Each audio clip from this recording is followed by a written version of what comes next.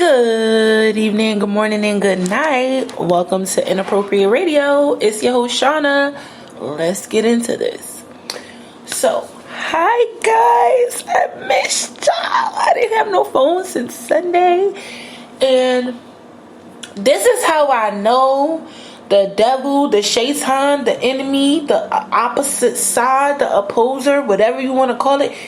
This is how I know that other side is hot. Because every time I'm going into something about kids or something that is like way beyond me and my personal experience, something happens to my phone, whether it is prior to or just right after.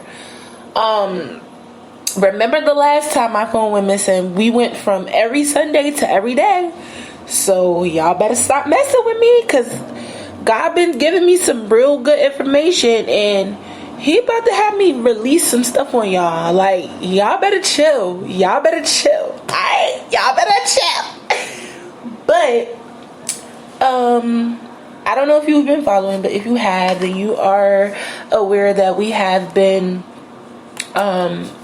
going over the periodic table.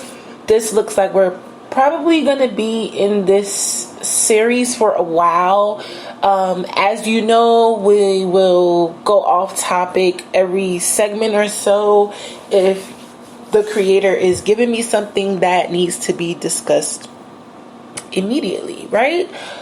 Now, this is the thing, okay? The topic from Sunday was supposed to be a question. And that question was going to lead to other questions and ultimately a conversation, right?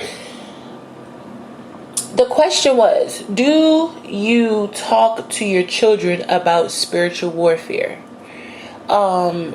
If you have introduced them to religion of any sort, any sacred text, then I'm sure they've come across things like demons and angels and the devil and God. And, you know, the dynamics between all of those different entities or characters or beings, right? But if your children are at the appropriate age, have you had the conversation with them about warfare? And I mean the whole shebang, like, you know, voodoo and... You know, I mean, we are superstitious, especially Black American people. Black people in general, but Black American people are superstitious and don't even know why. What's his name? Mr. Stevie? He was right when he said that song. Like, when you believe in things that you don't understand, you suffer. Okay? We have to educate ourselves, so much so that we can educate everyone connected to us, coming behind us, even those who are in front of us who may have missed a few key pieces of information. I just think it's really important that we, you know, discuss this and go over this, because this is something that has been going on for ages, right? When you look at history, when you pay attention to the things that are going on now, and you go back 100 years, 200 years, 500 years, 1,000 years, it's literally the same thing. The only thing we have different now is technology, and I don't even think that was so different. That's a whole nother conversation for a whole nother segment. But ultimately, I just wanted to be able to have this discussion with the adults first, and then make it kid proof. If you haven't had the conversation, well, first I would ask first, what is the appropriate age, right? Okay, so let's back this thing up a little. I'm asking if you guys have had this conversation about warfare with your children, but okay, how old are the kids, right? What is an appropriate age to start having these types of conversations? Like, let's start there, right? That's a good starting point. For me, Nobody told me anything, actually. Yeah, we went to church and all that good stuff. My grandma, who is my great grandmother, my mom's grandmother from her dad, was Catholic, right? They're like Irish and black, and they come from a middle class type of upper class situation. But she decided to change her denomination, and she ended up becoming Baptist and then Pentecostal. We talked about this, right? We went to church, we read the Bible, did all of that. I even, went into how I used to go to Baltimore to my aunt's house every summer, and this is where what we would call I received the Holy Ghost, right? If you have this anointing, obviously it's coming through the bloodline. It's not just coming to one person and then stopping.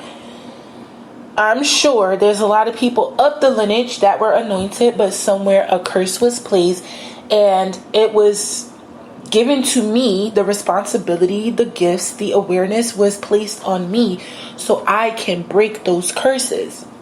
No one told me anything. I had to figure this stuff out on my own. But when I look back, I think about all of the things that I resonated with as a child, and it's all spiritual. It's all spiritual. I mean, the movies, the music, the shows. I mean, Charmed, Sabrina the Teenage Witch, The People Under the Stairs. I can go on and on about the things that I was attracted to about a kid. And as an adult, when I look at it, it's definitely a spiritual thing, right? But that's me. My grandma died when I was 8, going into 9. Same year, I spoke tongues for the first time. Had no control, right? We talked about that. That's just my situation. So again, let's try to look at the things that make sense. Let's try to look at the things that are going to allow us to make room for error. Educating yourself is probably one of the best things you can do when you have children, and when you come from a bloodline where warfare and witchcraft is highly probable. Once you become aware, you can no longer be unaware. Let me say it again. Once you become aware, you cannot take it back. You can't go backwards. You can't back out of it. There is absolutely nothing you can do to take away everything that you've discovered once you step into the spiritual world. Okay? There's nothing you can do to take it away. You can ignore it, but you can't stop the information from coming in, and you definitely can't, like I said, you can act like it's not there, but once God is opening the door to building a relationship with you, not even you can stop it. Trust me. I've had curses, attempts. I've had witchcraft, death spells, crazy spells, ugly spells, addiction spells, sad spells, poor spells, bad health. I mean, you name it. Lazy spells, heart spell. Like, if there is a spell that you can put on someone to change the course of their life for your own benefit, it's been done to me. I had to figure this out on my own. So, number one, as a person who has been given a particular amount of spiritual responsibility, right? Because this doesn't have to attain to the 3D. I mean, although the things in the spirit world materializes here, I'm going to be crazy to someone who's not spiritual, right? So that's first important. You yourself have to be a part of the spiritual world in order to even understand and know how to initiate this type of conversation with your child, who you know to be blessed and abundant and anointed. If you're the jealous type, just leave it alone. Let the creator do it. If it's your first child, leave it alone. Let the creator do it. And I think that's what happened with me.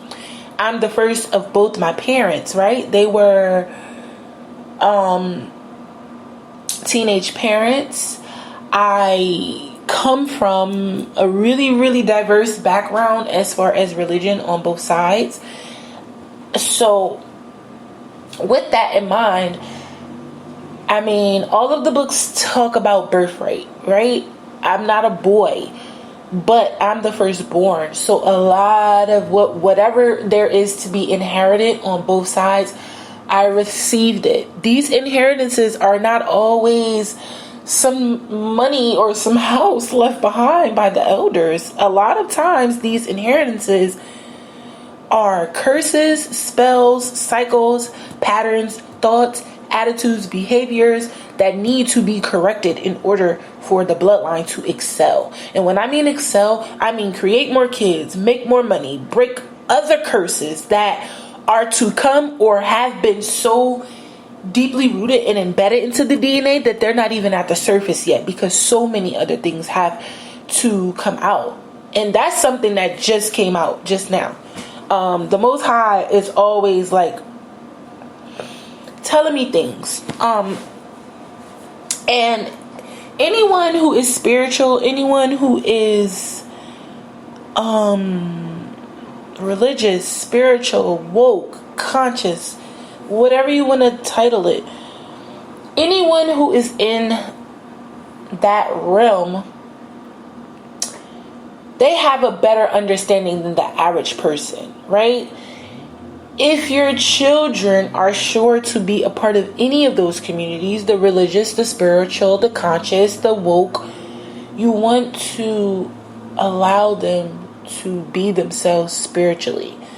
Projecting your thoughts and your fears and your energy, and I mean, not being honest can affect your kid, because a lot of the times we don't really realize that we are tampering with their ability to flourish. I know mine was messed with, and the reason why I brought up the inheritance is because the creator wants the firstborn. He's like, the firstborn belongs to me. So that's why I brought that up, because sometimes when it's the Most High's word over a person's life, sometimes he doesn't want you to do anything. We all belong to the creator, but some of us have special assignments. I'm not talking about me. I'm talking about the kids. These children have assignments over their lives, and I'm sorry to scare y'all. I don't want to lie to y'all though, but in the next few years, things are going to change, and it's not going to be the best thing that we know. Okay, we're going to have a lot of different changes that we're going to have to adjust to. And these children are going to be enlightened. The babies from fall of 19 moving forward is going to be a lot of seers, psychics, mediums, witches, white and dark. And remember, for however many there may be good, there may be at least twice or thrice that bad. Okay, but I do hope you guys enjoyed your 4th of July. I'm gonna go ahead and get up out of here because I want to go eat something. Well, I eat. I'm just greedy. But I hope y'all enjoyed y'all weekend. I hope all is well. I'm going to be going soon over my schedule for tutoring. If you or your child are preparing to take an exam for college, or you just want to brush up for school, or you just want to improve the grades, let me know. I love y'all. I hope y'all drink your water, eat y'all fruit and your vegetables, and got y'all rest, and smile today. I love y'all.